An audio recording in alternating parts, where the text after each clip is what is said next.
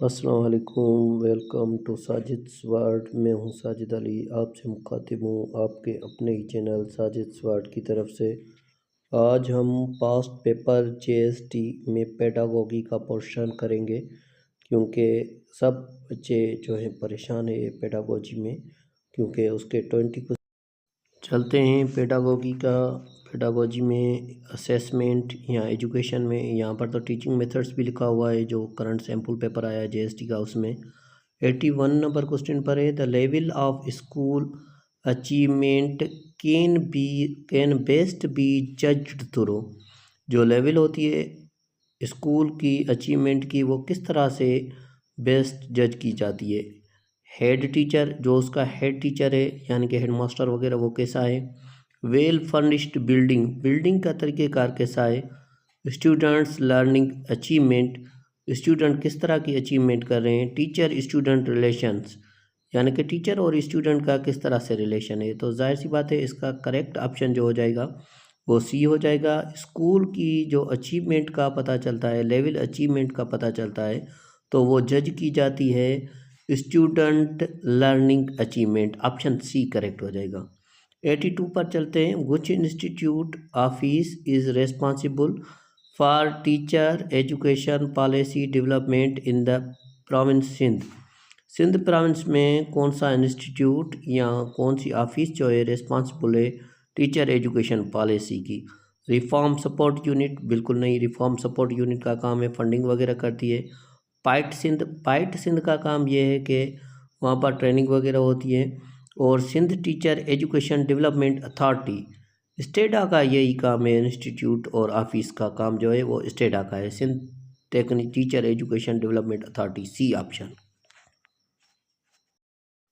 उसके बाद आगे चलते हैं, यानी कि सिंटेक्स बुक बोर्ड भी नहीं होगा। 83 नंबर क्वेश्चन पर चलते हैं, वो भी बहुत ही मोस्ट इम्पॉर्टेंट क्वेश्चन है। SNE is an observations of. SNE किस चीज़ का स्टैंड है। Schedule of new experience, schedule of new entry, schedule of new expenditure, system of new entry. SNE होती है तो फिर उसके हिसाब से जॉब्स आती है।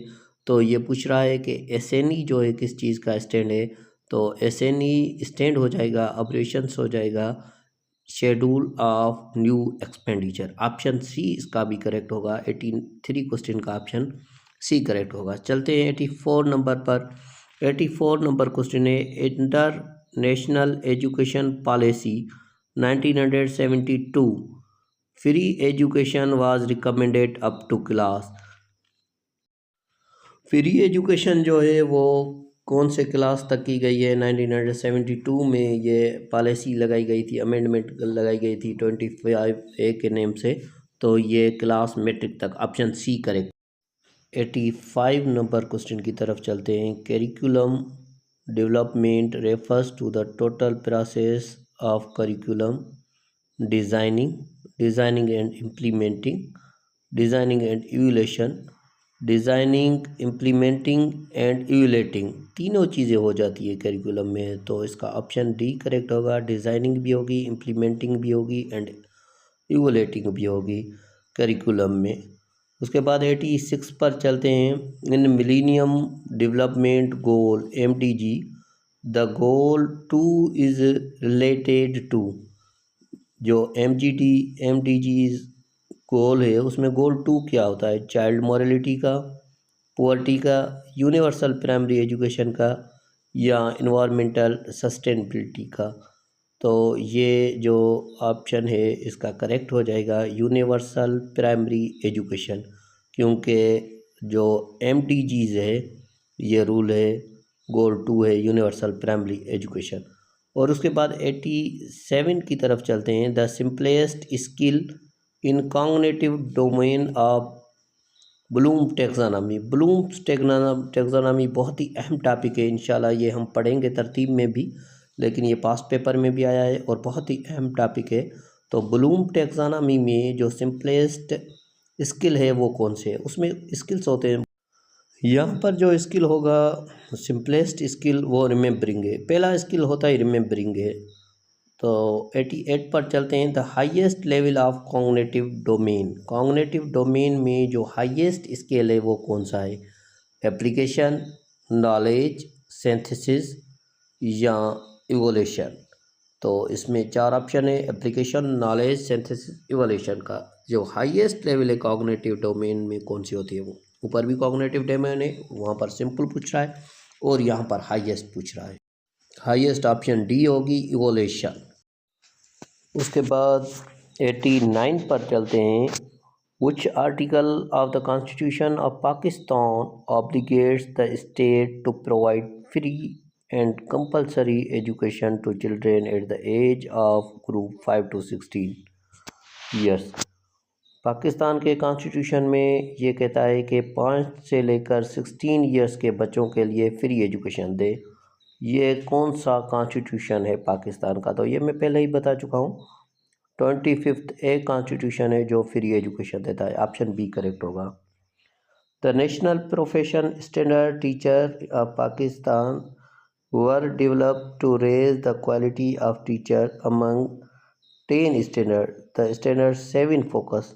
10 स्टैंडर्ड बनाए हुए हैं इन्होंने एजुकेशन में। 7 स्टैंडर्ड किस चीज़ का है?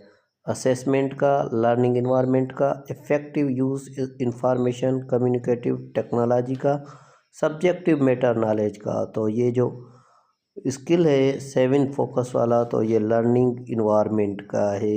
ये ऑप्शन जो है बी करेक्ट हो जाएगा। इफ़ेक्टिव यूजेज इंफॉर्मेशन और कम्युनिकेशन टेक्नोलॉजी का है, ऑप्शन बी करेक्ट होगा। उसके बाद है 91 पर। The word curriculum derived from. Curriculum जो लफ्ज़ है वो किस लैंग्वेज से लिया गया है? चाइनीज़, इंग्लिश, ग्रीक या लातिन। तो ये भी बहुत ही इंपॉर्टेंट क्वेश्चन है। तो करिकुलम जो वर्ड है वो लैतिन लैंग्वेज से लिया गया है। उसके बाद है ontology related to the nature of. Ontology जो है वो किस चीज़ से रिलेटेड है? तो reality, knowledge, value, culture and society. तो एंटोलॉजी जो है वो रिलेटेड है, रियलिटी से रिलेटेड है ओंटोलॉजी। तो इसका ऑप्शन ए करेक्ट हो जाएगा। The literal meaning of course is. Course की लिटरल मीनिंग क्या है? Bunch of books. B option है लाइट, सी ऑप्शन है पाथ और डी ऑप्शन है हाइट। तो इसका करेक्ट ऑप्शन हो जाएगा, कोर्स की जो मीनिंग हो जाएगी लिटरल, वो हो जाएगी पाथ, यानी कि रास्ता। कोर्स एक पाथ होता है जो हमें बताता है कि किस तरह से स्टडी करनी है। तो इसका करेक्ट ऑप्शन हो जाएगा पाथ, ऑप्शन सी। 94 क्वेश्चन पर चलते हैं। Text book board were established in the province of Pakistan in 1960, 1962, 1964 और 1966। पाकिस्तान टेक्स्ट बुक बोर्ड जो है वो कब बना था? तो पाकिस्तान टेक्स्ट बुक बोर्ड जो है वो 1962 में बना था। उसके बाद है 95 question. Teacher explores the level of understanding interest of attention of a child through. Teacher किस तरह से अटेंशन लेता है एक स्टूडेंट से? असेसमेंट से, इवोल्यूशन से, एग्जामिनेशन से, मेयरमेंट से। टीचर की जो अटेंशन होती है वो किस चीज़ से होती है? तो टीचर जो असेसमेंट लेता है वो असेसमेंट से जो है अटेंशन लेता है स्टूडेंट से, बिलखुसूस असेसमेंट करके। और उसके बाद 1906 से के an assessment use to identify difficulties in the learning process is called. जो असेसमेंट होती है उसमें आइडेंटिफाई कैसे की जाता है प्रोसेस को? इनिशियल असेसमेंट में, डायग्नोस्टिक असेसमेंट में, फॉर्मेटिव असेसमेंट में या समेटिव असेसमेंट में। यह असेसमेंट का हमारे पास टॉपिक है, ये हम स्टडी करेंगे तो आपका इंशाल्लाह कॉन्सेप्ट क्लियर हो जाएगा। तो इसका करेक्ट ऑप्शन हो जाएगा, ऑप्शन बी करेक्ट हो जाएगा, डायग्नोस्टिक असेसमेंट। उसके बाद 97 क्वेश्चन है। An assessment use to determine a person's ability in a particular field of studies is called. कोई असेसमेंट हो जो पर्सन करे बिलखुसूस किसी स्टडी के लिए, उसे क्या कहते हैं? Aptitude test, diagnostic test, evolution या मेयरमेंट टेस्ट। तो इसका स्टूडेंट को मेजरमेंट के लिए जो टेस्ट किया जाता है, असेसमेंट के लिए, जैसे यूनिवर्सिटी के लिए एडमिशन के लिए लेते हैं या मेडिकल की एंट्री के लिए लेते हैं, तो उसे एप्टीट्यूड टेस्ट कहते हैं। इसका ऑप्शन ए करेक्ट होगा। 98 है उसके बाद, it is the process of collecting, synthesising and interpreting information to aid is decision making is called. तो ये असेसमेंट हो जाएगा, इस प्रोसेस को असेसमेंट कहते हैं। तो इंशाल्लाह ये असेसमेंट के सारे क्लासेस में आपको पढ़ाऊँगा। अगर आप चैनल सब्सक्राइब करेंगे, वीडियो देखते रहेंगे, तो आपको इंशाल्लाह फ़ायदा होगा। The outline of the content is, outline जो कंटेंट की होती है वो क्या होती है? Course, programme, syllabus, all of the above. जो आउटलाइन होती है वो सिलेबस होती है, तो ये ऑप्शन सी करेक्ट हो जाएगा। उसके बाद लास्ट क्वेश्चन है 2018 जेईएसटी के पेपर का। आईबीए ने जो टेस्ट ली थी उसमें पेडागोगी के 20 क्वेश्चन आए थे। 11 नवंबर 2018 वाला ये क्वेश्चन है 100। Summative evolution takes place. Summative evolutions कब होती है? इन द बिगनिंग में होती है, इन द मिडिल में, एट द एंड, या नन। टेस्ट दो तरह के होते हैं, पहले हम तो बिगनिंग में लेते हैं और फिर पढ़ाने के बाद लिया जाता है। तो ये जो होता है समेटिव इवोल्यूशन टेस्ट, वो एट द एंड होता है। ऑप्शन सी करेक्ट होगा। तो साजिद स्मार्ट को सब्सक्राइब करिए, वीडियो देखते रहिए, चैनल को लाइक करें, कमेंट करें, दोस्तों के साथ शेयर करें। Thank you very much.